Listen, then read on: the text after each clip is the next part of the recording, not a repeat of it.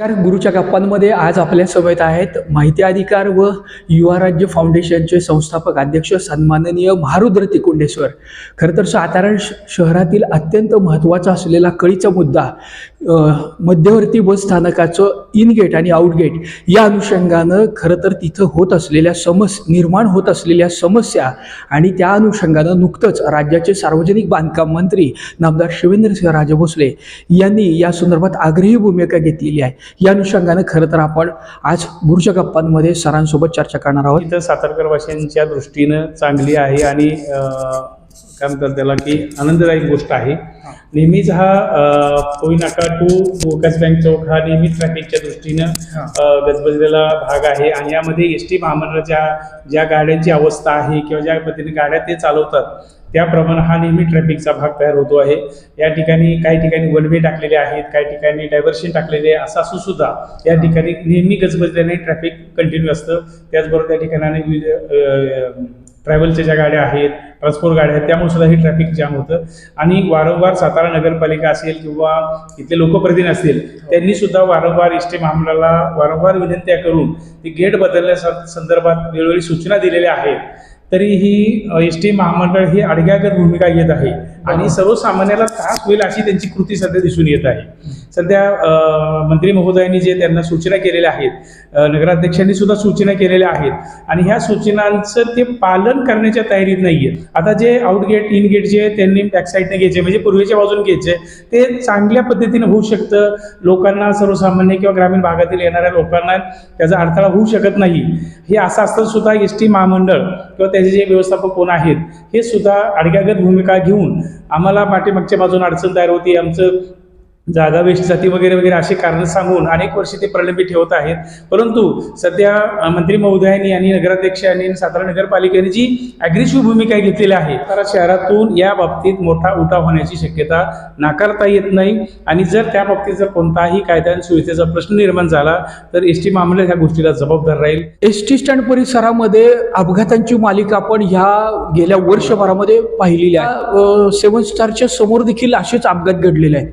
वाहतुकीच्या अनुषंगानं S T ज्यावेळेस त्या रस्त्यानं जाते काय चित्र तयार होत असतं? नेहमी अपघातात चित्र होते. लोकांना जीव मुठीत घेऊन चालावं लागत आहे. आता ज्या पद्धतीनं पुण्यामध्ये विविध प्रकारची बसस्थानकं निर्माण केली गेली, म्हणजे एकच मध्यवर्ती बसस्थानक नाही, पुण्यामध्ये शिवाजीनगर, स्वारगेट, पुणे स्टेशन वगैरे अशी वेगवेगळ्या प्रकारची बसस्थानकं निर्माण केली गेली. आणि साताऱ्यात असं काय निर्माण होत नाही?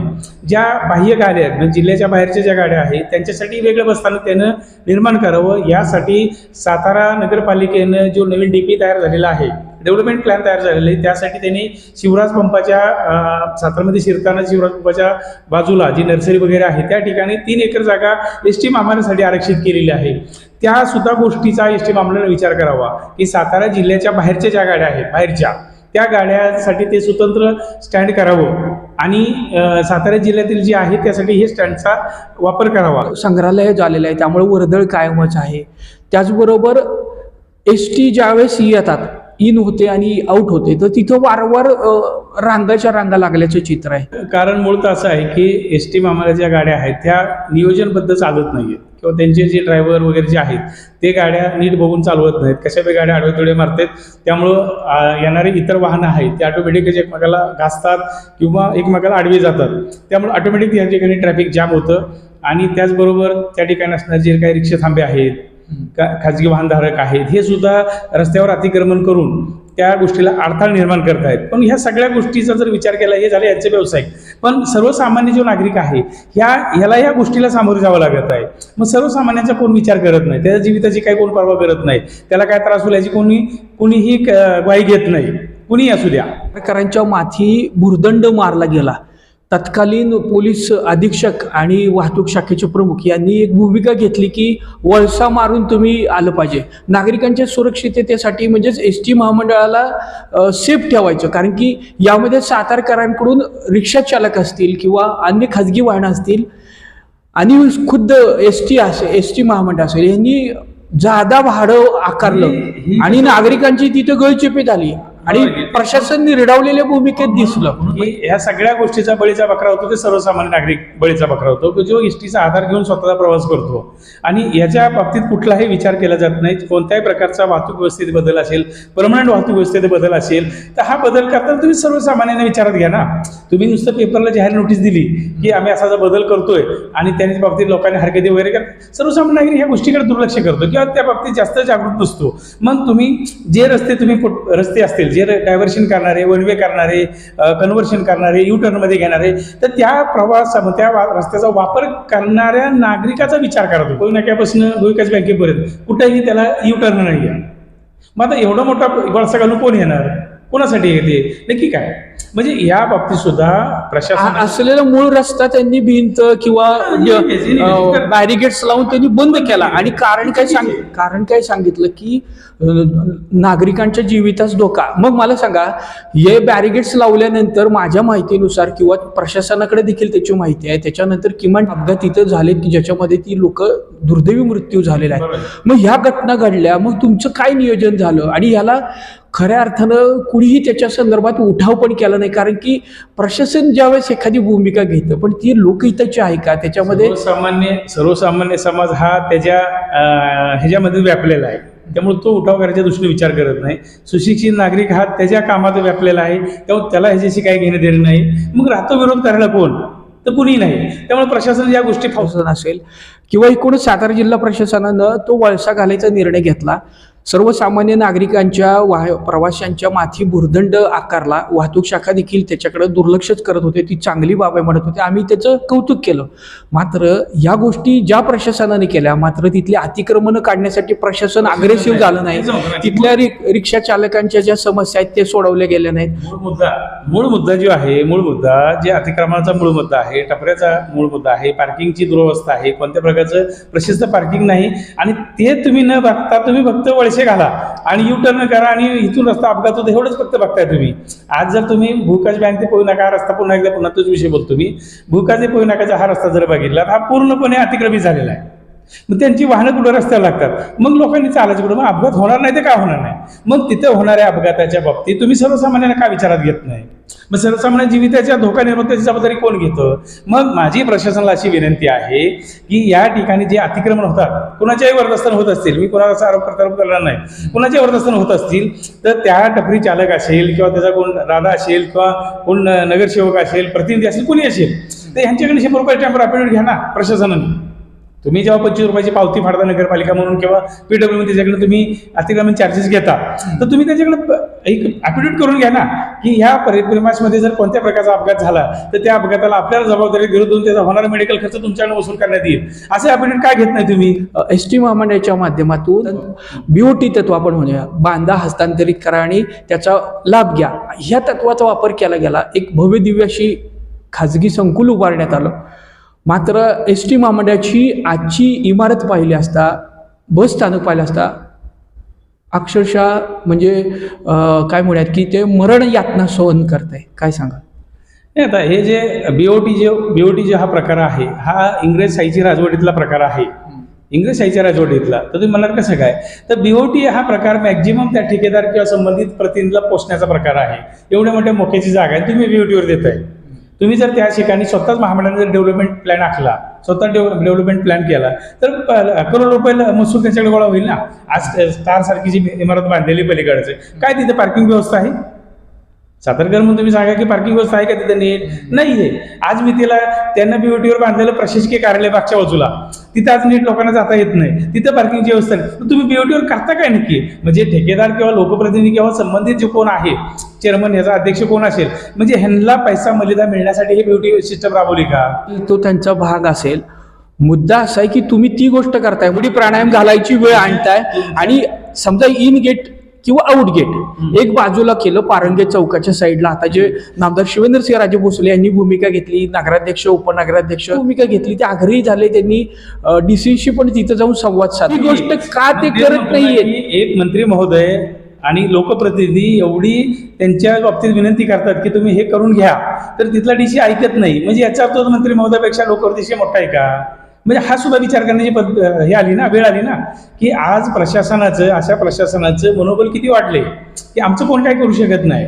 म्हणजे आमच्या मंत्री महोदयाला सुद्धा ते विचारत नाहीयेत असा अर्थ झाला ना. किंवा आमचे लोकप्रतिनिधी, स्थानिक लोकप्रतिनिधी आहेत, नगराध्यक्ष आहेत, त्यांनी सुद्धा या बाबतीत त्यांना आवाहन केलं, आश्वासन केलं की तुम्ही ह्या बाबतीत विचार करा म्हणून. जिल्हाधिकाऱ्यांच्या समवेत झालेल्या बैठकीत नामदार शिवेंद्रसिंहराजे भोसलेंनी त्यांना कान पितक्याच दिल्या. हा मुद्दा झालेला आहे. म्हणजे ते त्यांचं ऐकत नाहीत असा मुद्दा नाहीये, उलट त्यांनी त्यांना सांगितलं की नाही, अनेक वर्ष ऐकत नाहीये. आता जरी कानपिचक्या दिलेल्या असल्या किंवा लोकप्रतिनिधी आमचे आता नगरपालिका बसले आहेत, त्यांनी सुद्धा त्यांना विनंती केलेल्या आहेत, परंतु हा प्रश्न अनेक वर्ष चाललेला आहे, आज नाही चाललेला की अनेक वर्ष चाललाय की सातारकरांची मागणी, सातारा सामाजिक कार्यकर्ते सुद्धा मागणी केली अनेक वेळा. माझ्या माहितीनुसार पृथ्वीराज बाबा ज्यावेळेस मुख्यमंत्री होते तेव्हापासून आमदार शिवेंद्रसिंहराजे भोसले वारंवार या गोष्टीसाठी पाठपुरावा करत आहे. त्याबद्दल काय सांगणार? नाही, ते सांगतो ना. मग आज लोकप्रतिनिधींना हे प्रशासन ऐकत नाही असा अर्थ झाला ना त्याचा, की मग अशा लोकप्रतिनिधींनी अशा प्रश्न ठेवूच नका ना, यांना सस्पेंड करा ना. जर लोकप्रतिनिधी ऐकत नसतील, हे चांगल्या गोष्टी जर सूचना अभिप्राय लोक जर ऐकत नसतील तर प्रशासन हे काय लोकप्रतिनिधीपेक्षा मोठं नाही ना, आमदार खासदारापेक्षा मोठं नाही, मंत्री महोदयापेक्षा मोठं नाही ना. जर हे व्यावसायिक म्हणून जर वागत असतील, समाजात सर्व समाज त्यांना घेणं देणं नाही असं जर यांच्या डोक्यात असेल तर ती डोक्यातली हवा त्यांनी काढून टाकावी. आणि जर ह्या बाबतीत जर त्याने व्यवस्थित तोडगा घेतला नाही तर निश्चितच सातारकरच्या पद्धतीने यांना इंगा दाखवल्याशिवाय राहणार नाही, की मग निश्चितच सातारकर पुढचं गेट बंद करून मागणं JCB लावून गेट काढल्याशिवाय राहणार नाहीत. मग त्यांना साताराची क्रांती बी दिसेल आणि सगळेच येणं. मग आम्ही लोकप्रतिनिधी सांगणार तुम्ही फक्त बाकीची भूमी घ्या, आम्ही बघतो त्यांच्याकडे काय करायचे. एसटी महामंडळानं काट टाकणं गरजेचं आहे, तिथं सोयी सुविधा होणं गरजेचं आहे. या अनुषंगाने काय सांगाल? नाही, त्यांनी काट टाकणं किंवा न टाकणं हा आता फार मोठा संशोधनाचा विषय आहे, की एसटी महामंडळ हे सर्वसामान्याच्या दृष्टीने एक काय म्हणतात की विश्वासाचं वाहन म्हणून ओळखलं जातं. महिला असेल, लहान मुलं असेल, वयस्कर माणसं असेल, एनिवेज सगळ्यांना विश्वासाचं केलं जातं. परंतु सध्या या एसटी महामंडळाला जे भेटलेले वरिष्ठ अधिकारी हे कुचकामी आहेत की त्यांना कोणत्याही प्रकारचं डेव्हलपमेंट नाही, हे महामंडळ मोडीत काढायचं ही ह्यांची तरतूद चाललेली आहे. त्यामुळे विविध प्रकारच्या ज्या मोक्याच्या जागा आहेत, मोक्याचे ठिकाणं आहेत, हे BOTवर देऊन टाकायला लागले, कॉन्ट्रॅक्टरच्या कशात घालायला लागलेले. ह्याला जबाबदार फक्त ह्याचे अध्यक्ष असतील किंवा ह्याचे वरिष्ठ अधिकारी ह्यांनाच फक्त जबाबदार आहेत. यांना सर्वसामान्याचे घेणं देणं आणि एसटी जगली पाहिजे ह्याचे बी काय घेणं नाही. आत्ता मला वरबडून मिळतं जी कातलेली टाक सुद्धा ही विकून खाण्याच्या तयारीत आहे. म्हणजे जसं सापानं काट टाकल्यानंतर तो तुरतरीत होतो, तर हे मामला तसं नाही. काट टाकून ही काट पण विकून तयारी चाललेली. ही महामंडळ मोडीत काढायचे, चांगल्या गाड्या भांगारामध्ये घालायच्या आणि खराब गाड्या रस्त्यावर चालवायच्या, ही ह्या महामंडळाची सगळ्यात मोठी तरतूद आहे. तर ह्या महामंडळाला सुद्धा शासनानं असा एक सिस्टम टाकला पाहिजे की जे आता ॲडव्हान्स सिस्टम आलेले आहेत, अशी सिस्टम टाका, महामंडळ काय झटक्या सरळ होणार. आज करोडो रुपयाची घोटाळे त्यांच्यामध्ये, म्हणजे कॅग सारख्या आर्थिक जे ऑडिट संस्था आहेत त्यांनी सुद्धा यांच्यावर मोठे प्रमाणात ताशेरे वाढलेले आहेत, तरी हे सुधारण्याचं नाव घेत नाहीत. एखादा निवृत्त IAS केडरचा अधिकारी किंवा एक निवृत्त IPS IAS केडरचे अधिकारी एक पंच कमिटी नेमून महामंडळाला रिफ्रेश करणं गरजेचं आहे. त्याशिवाय हे महामंडळ काट टाकणार नाही. आणि सर्वसामान्यांची जी वाहिनी आहे, सर्वसामान्यांच्या ज्यावर विश्वास आहे, ही वाहिनी नीट चालणार नाही.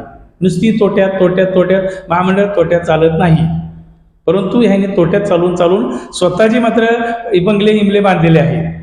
हे काय त्यांचे पगार का कमी झाले नाही? का कमी झाले? तो कंडक्टर मध्ये 4,000 पगारात काम करतो आणि ह्याला मात्र 2 लाख पगार आहे. ह्याची केबिन मात्र AC, ते कंडक्टर मात्र पारदान टाकून झोपतो, त्या गाडीतच कुचक्या गाडीतच झोपतो. मग ही सुद्धा त्या बाबतीत घेतली पाहिजे तरतूद आहे. खरं तर तो खूपच मोठा विषय आहे, कारण की एसटी महामंडळाचे कर्मचारी विशेषतः कामगारांना उठाव करावा लागला हे महाराष्ट्राने पाहिलेला आहे. आणि त्याच्यामध्ये काही कामगारांचा दुर्दैवी मृत्यू देखील झालेला आहे.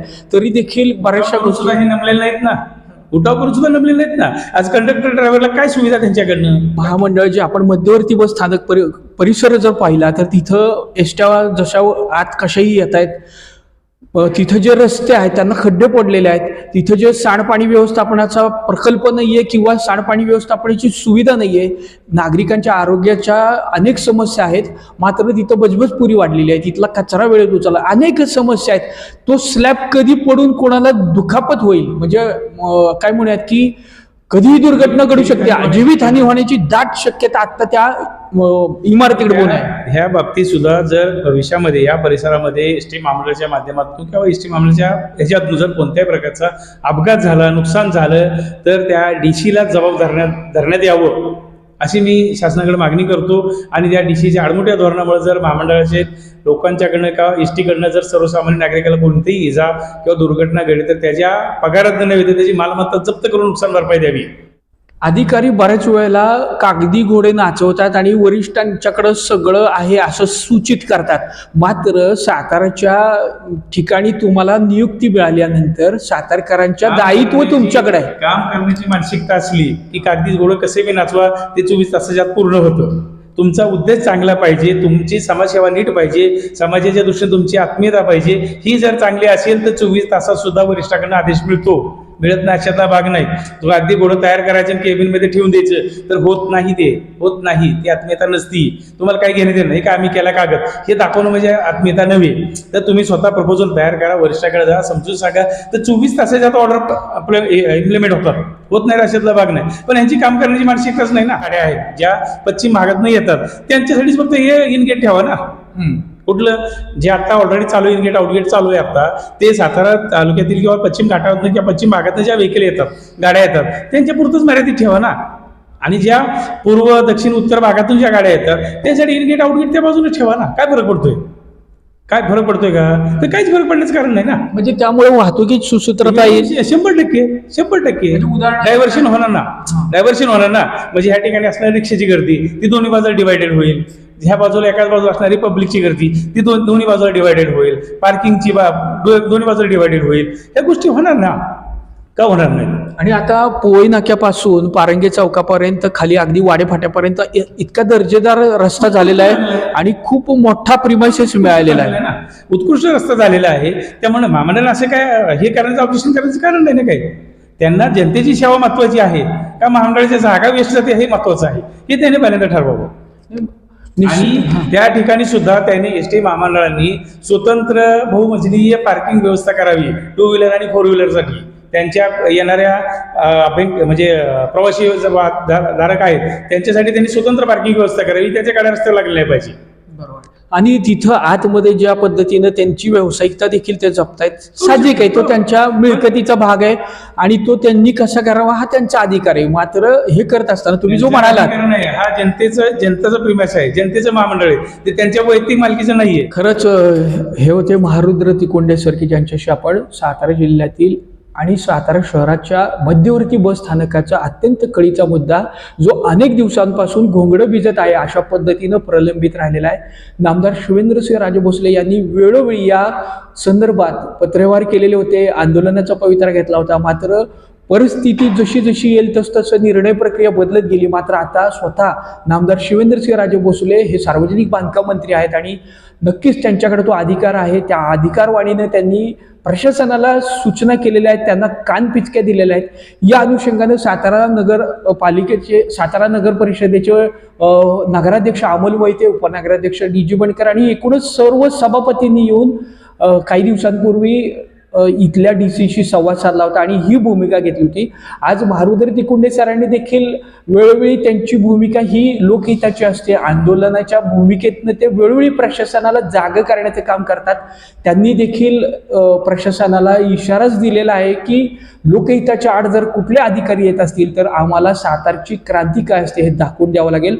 असाच एकूण सूर हा चर्चेचा होता. आज तिकोंडे सरांनी गुरुच्या गप्पांमध्ये आपल्याला वेळ दिला त्याबद्दल आपण त्यांचं मनापासून आभार मानूयात. धन्यवाद सर.